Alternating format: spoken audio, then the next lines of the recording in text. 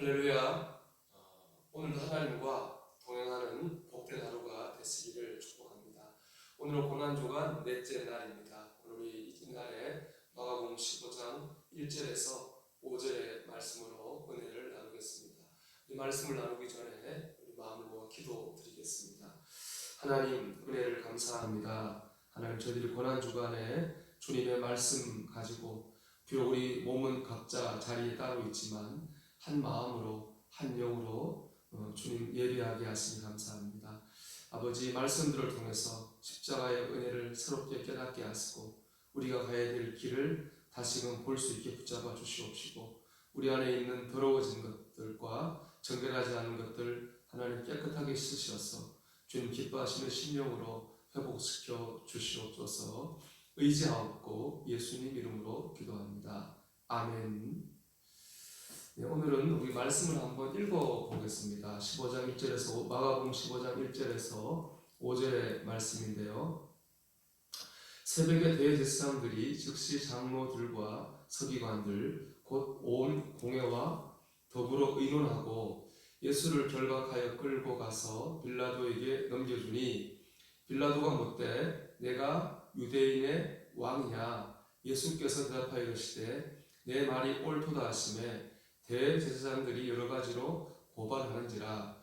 빌라도가 또 물어 이르되 아무 대답도 없느냐? 그들이 얼마나 많은 것으로 너를 고발하는가 보라 하되 예수께서 다시 아무 말씀으로도 대답하지 아니하시니 빌라도가 놀랍게 여기더라. 아멘. 어제 우리가 겟세마네 동산에서 기도하시는 주님에 대한 말씀을 나누었는데요. 이제 겟세마네 동산에서 기도가 끝나자마자 대제사장들이 보낸 무리가 가룟 유다를 필두로해서 예수님을 잡으러 옵니다. 그리고 그들이 예수님을 잡고 대제사장의 집에 가서 밤새 주님을 고문하면서 주님을 종교 재판으로 재판합니다. 그 짜여진 각본대로 되는 것이죠. 그래서 예수님 거기서 사형을 이제 언도받게 됩니다. 하지만 종교재판은 공식적인 재판이 아닙니다. 그래서 사람을 실제로 사형하고 사형을 집행하려면 로마의 총독이 주관하는 공식적인 재판을 받아야 됩니다. 그래서 이들이 새벽이 되자마자 예수님을 끌고 총독 빌라도에게 가게 됩니다. 그리고 이런저런 죄를 다 이제 예수님의 죄로 뒤집어 씌웁니다. 하지만 그 어떤 죄도 사실은 설득력이 없었습니다. 예수님께서 죄를 지은 것이 없기 때문이죠. 빌라도 들어보니까 그들의 죄가 실제로는 죄가 아닌 거예요. 그래서 예수님께 변호할 기회를 드렸습니다. 하지만 예수님은 전혀 변호하지 않으시고 아무 말씀도 하지 않았습니다. 이걸 보면 빌라도가 굉장히 놀랐죠. 왜냐하면 보통의 죄인들은 자기가 지은 죄도 내가 안 지었다고 부인을 하거든요. 하지만 예수님은 전혀 짓지 않은 죄인 것이 분명함에도 불구하고 아무 말씀도 하지 않으시고 침묵하셨기 때문에 그렇습니다. 그러면 예수님은 왜 침묵하셨을까요? 그것은 하나님만 바라보셨기 때문입니다.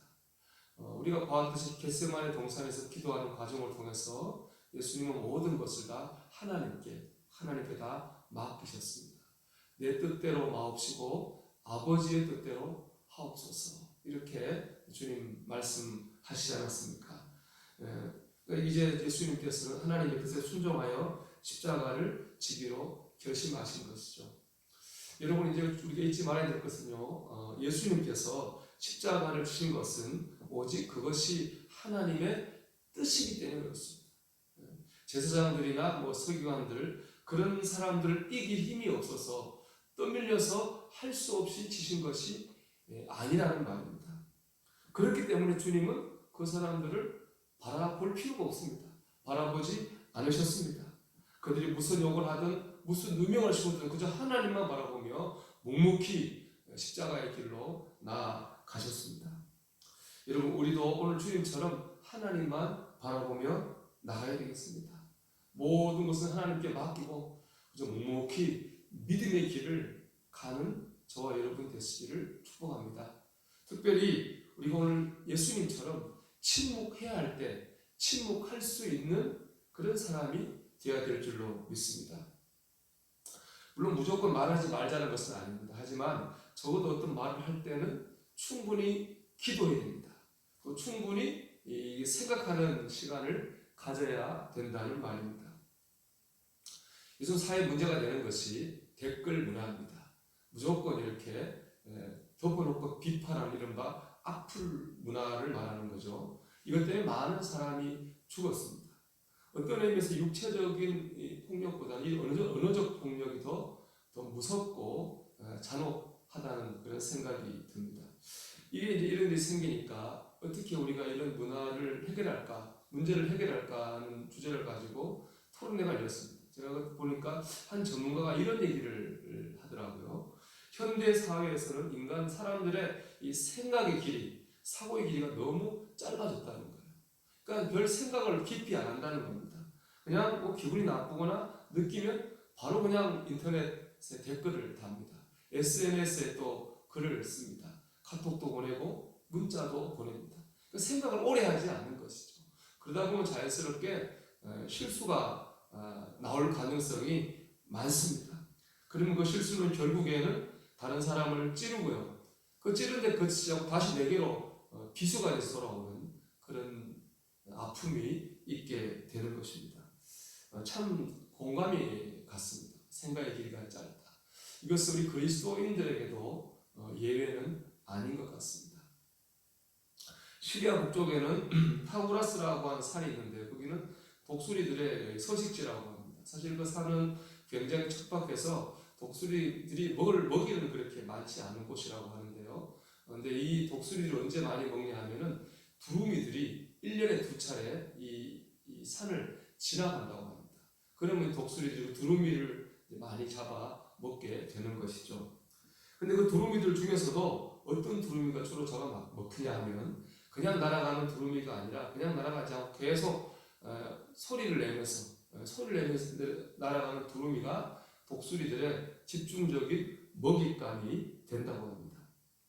그런데 두루미들 중에서도 나이가 많고 경험이 많은 두루미들은 잘 잡히지 않고 안전하게 통과한다고 합니다. 이유를 봤더니 이 나이가 많고 경험이 있는 두루미들은 그 산을 지나기 전에 입에 돌멩이를 문다고 해요. 그 산을 지나기 전에 돌멩이를 찾아가지고 입에 뭅니다. 돌멩이를 물고 있기 때문에 소리를 낼 수가 없죠. 그렇기 때문에 독수리들의 먹이가 되지 않는 것입니다. 참 지혜로운 것이죠. 이 이야기는 두 개의 교훈을 우리에게 줍니다. 첫째, 우리가 생각하지 않고 마구 말하면 마귀의 먹이가 된다는 겁니다. 우리가 생각 없이 막 교회에서나 가정에서 막 사랑하는 걸 말할 때 그건 마귀의 먹이가 됩니다. 나만 먹이가 되느냐? 그 말 때문에 다른 사람도 마귀의 먹이가 될 수 있습니다. 둘째, 말에 실수가 없으려면 내 말을 절제할 수 있는 돌멩이를 물어야 됩니다.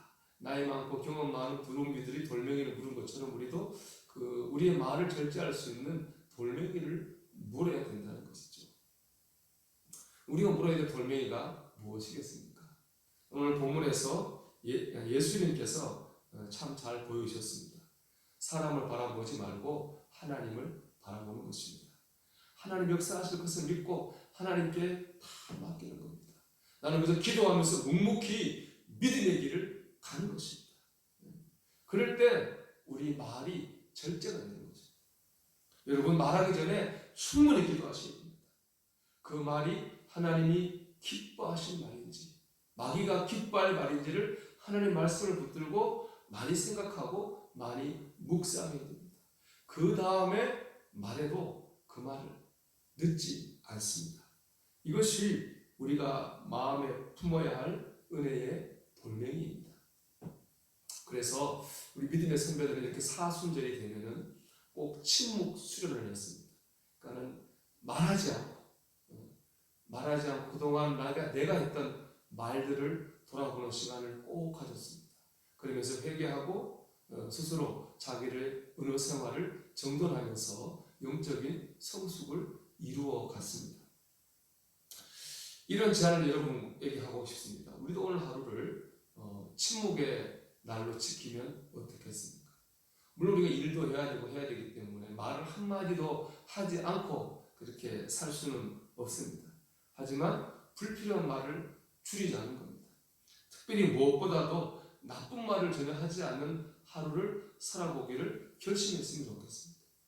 부정적인 말, 비판하는 말, 비방하는 말, 남 뒷담화하는 말, 이런 말들, 거짓말, 욕과 같은 더러운 말들, 이런 말들 오늘 하루 내 안에서 완전히 멈추고 드러내고 버리는 그런 영적인 침묵의 시간을 가지기를 소망합니다. 그러면서 오직 주님을 바라보는 것이죠. 하나님만 바라보면서 묵묵히 믿음의 길을 걸어갔던 주님을 묵상했으면 좋겠습니다. 아마 우리가 오늘 하루 이렇게 산다면 우리가 생각하지 못했던 깊고도 실제적인 은혜가 우리 안에서 깨달아지게 될 줄로 믿습니다. 오늘 예수님의 그 침묵을 배우고 그 침묵을 한번 따라가보는 저와 여러분 되시기를 주님의 이름으로 축원합니다. 기도드리겠습니다. 하나님, 우리는 사람을 봅니다. 우리는 세상을 봅니다.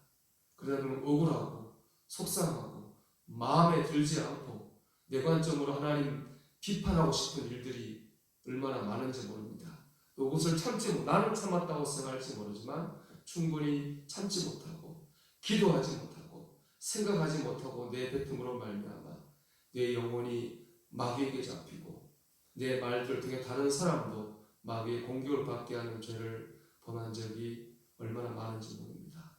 오 주님, 오늘 주님의 침묵 앞에서 내 연약하고 더러웠던 어느 생활을 회개합니다. 하나님, 내 마음을, 내 입술을 정하게 하여 주시옵소서. 예수님께서 사람 바라보지 않고 하나님만 바라보며 묵묵히 나아가셨던 것처럼 주여 저희들 사람 보지 않게 하시고 하나님 보게 붙잡아 주시옵소서. 하나님께 다 맡기고 하나님 역사하심을 믿고 기도하며 침묵할 수 있도록 인도해 주시옵소서. 특별히 우리 입술에 은혜를 다하셔서 부정적인 말, 비방하는 말, 비판하는 말 우리 안에 있지 않게 붙잡아 주시고 감사하는 말, 칭찬하는 말, 사랑하는 말로 뱉을 수 있도록 역사해 주시옵소서. 의지하옵고 예수님 이름으로 간절히 기도하옵나이다. 아멘.